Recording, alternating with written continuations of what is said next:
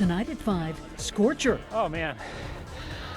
Denver breaks 100 again. Ozone has been an issue since the 4th. Is this dry heat the new normal? We'll show you how people are beating the heat. We're probably not going to be down here too much longer because it is pretty hot. Plus, Denver7 brings you an in-depth look at who falls under the CDC's new mask guidelines. And a dark horse emerges as a possible buyer for Casa Bonita. 25 days of haze. The state is calling for another Ozone Action Day, the Denver Metro's 24th consecutive day of elevated ozone. And that means more than 3 weeks of chest pain, coughing, and breathing problems for a lot of people with respiratory issues, and no clear end in sight. Good evening, and thank you for joining us for Denver7 News at 5. I'm Ann Trujillo. And I'm Shannon Ogden. Glad you're with us tonight. Denver hit 100 degrees this afternoon, so that's our 5th 100-degree day of the year, the 3rd most in a single year. So we have now had as many 100-degree days in the summer of 2021 as we had in the entire decade of the 1970s, and more than we had throughout the entire 1960s. Yikes. Denver7's Brian Wang spoke to people who have no choice but to endure the heat, and he's out there enduring it himself tonight. Brian? Yeah, and it is hot out here. Well, I gotta say, it's definitely one thing to have a choice to come out here. I think the guys back here are exercising their free will. They want to come out and have exercise, but it's a complete other thing when you don't have any choice at all. Either way, it's hot and it's a challenge for all of us. Wednesday marks another day of record-breaking heat in Denver this summer. Even just being outside, exposed to that kind of heat for any kind of period of time is enough to kind of dehydrate you and send you into heat exhaustion or heat stroke. But that didn't stop Denverites from getting outside and soaking up the sun. For Brian Hansen, sinking 3-pointers at Wash Park was just too hard to pass up. I can't help myself. I just have to take it easy and not stay out here too long. But Hansen didn't come unprepared. So I actually brought 3 liters of water, changed a shirt, and then some of the most important equipment is the shade from that tree right there. And that's where Rich Haller and his family were passing time. It's extremely hot. I knew it was going to be a hot one today, but it's once we came out here, it's a lot hotter than I expected. So we definitely put our sunscreen on and everything before we came down. Sunscreen is important, but beating the heat takes planning. You want to have loose-fitting clothing, something that breathes very easily. You want to have access to to rest periods and access to some kind of shade so you can get out of heat. And you got to stay hydrated during your outdoor activities. And man's best friend is also at risk. That's why the Dumb Friends League suggests walking the pup earlier or later in the day and monitoring signs of overheating, which include drooling, heavy panting, and worse, vomiting and diarrhea. If you're one to embrace the heat, there's still a long summer left. Stay hydrated and over-prepare. And while you are preparing and you're on the border of whether it's an appropriate temperature to take your dog out, animal experts say to try out the asphalt test. It's basically where you put your bare foot on the asphalt and you count to 7. By that time, if it gets hot for you, it's likely a little too hot for your pet as well. We're live in Wash Park. Brian Wang, Denver7. All right, Brian, thank you.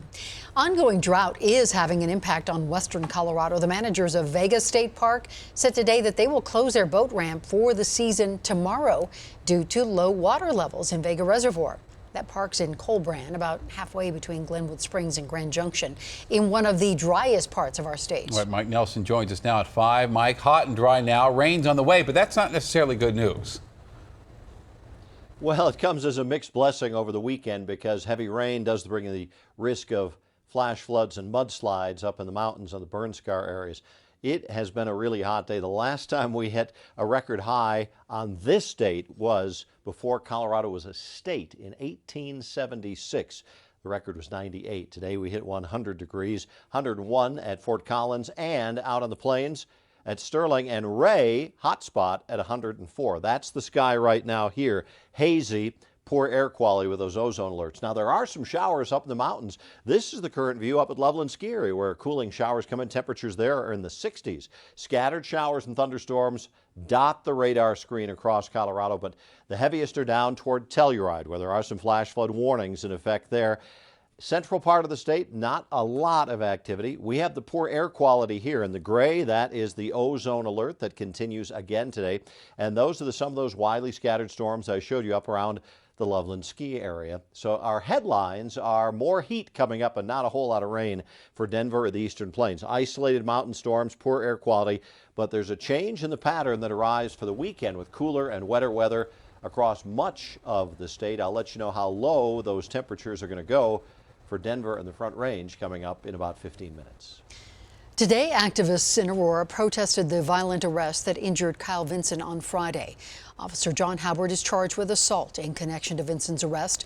Police say Howard pistol whipped Vinson more than a dozen times and Vinson needed stitches. Howard is now on unpaid leave. And Aurora police are conducting an internal investigation, but Chief Vanessa Wilson called Howard's actions criminal yesterday. And activists say the chief is not doing enough. We have talked about increasing training, making more pillars, according to our police chief, for those officers to follow. But we continue to see that a culture cannot be changed by words, that decent human beings don't take a training to become decent. Aurora Mayor Mike Hoffman, who has been critical of the police response to violent crime, declined our requests for an interview in person. He said in a written statement that it is not appropriate to comment on the incident until the internal affairs investigation is complete. The number of people getting vaccinated in Colorado appears to be trending in the right direction. Nearly 13,000 people received their first or second shot on Tuesday, and that's up 50% from last Tuesday. Now, one reason, of course, could be the Delta variant, now blamed for the rising case numbers in all 50 states. And the concern caused the CDC to update its mask guidance yesterday, but this is not a mandate, at least not yet, and it will not affect every county the same way. Jason Grinauer is breaking it down for us at the Denver7 Telestrator tonight. Let's talk about that CDC guidance regarding wearing a mask indoors, even if you're vaccinated. Now, that's for counties that are in substantial or high risk of transmission areas. So what does that mean? Well, there are either more than 50 cases per 100,000 people in the area over a 7-day period, or the COVID-19 test positivity rate is higher than 5%. Okay, so what does that actually mean here in Colorado? Well, we went in depth, and our digital team, they created this interactive map. It's up right now on the denverchannel.com. It breaks down each county, and using metrics from the CDC, color codes counties that are in substantial or higher transmission areas. Now, substantial is colored in orange, high is colored in red, meaning if you're in these counties, orange through here, red through here, the CDC says you should wear that mask indoors even if you're vaccinated. Now, in total, that makes up about 38 counties in substantial transmission across Colorado. That's just under 60% of the state. That's about in line with the rest of the country, where 60% of the U.S. is in that substantial transmission or higher color.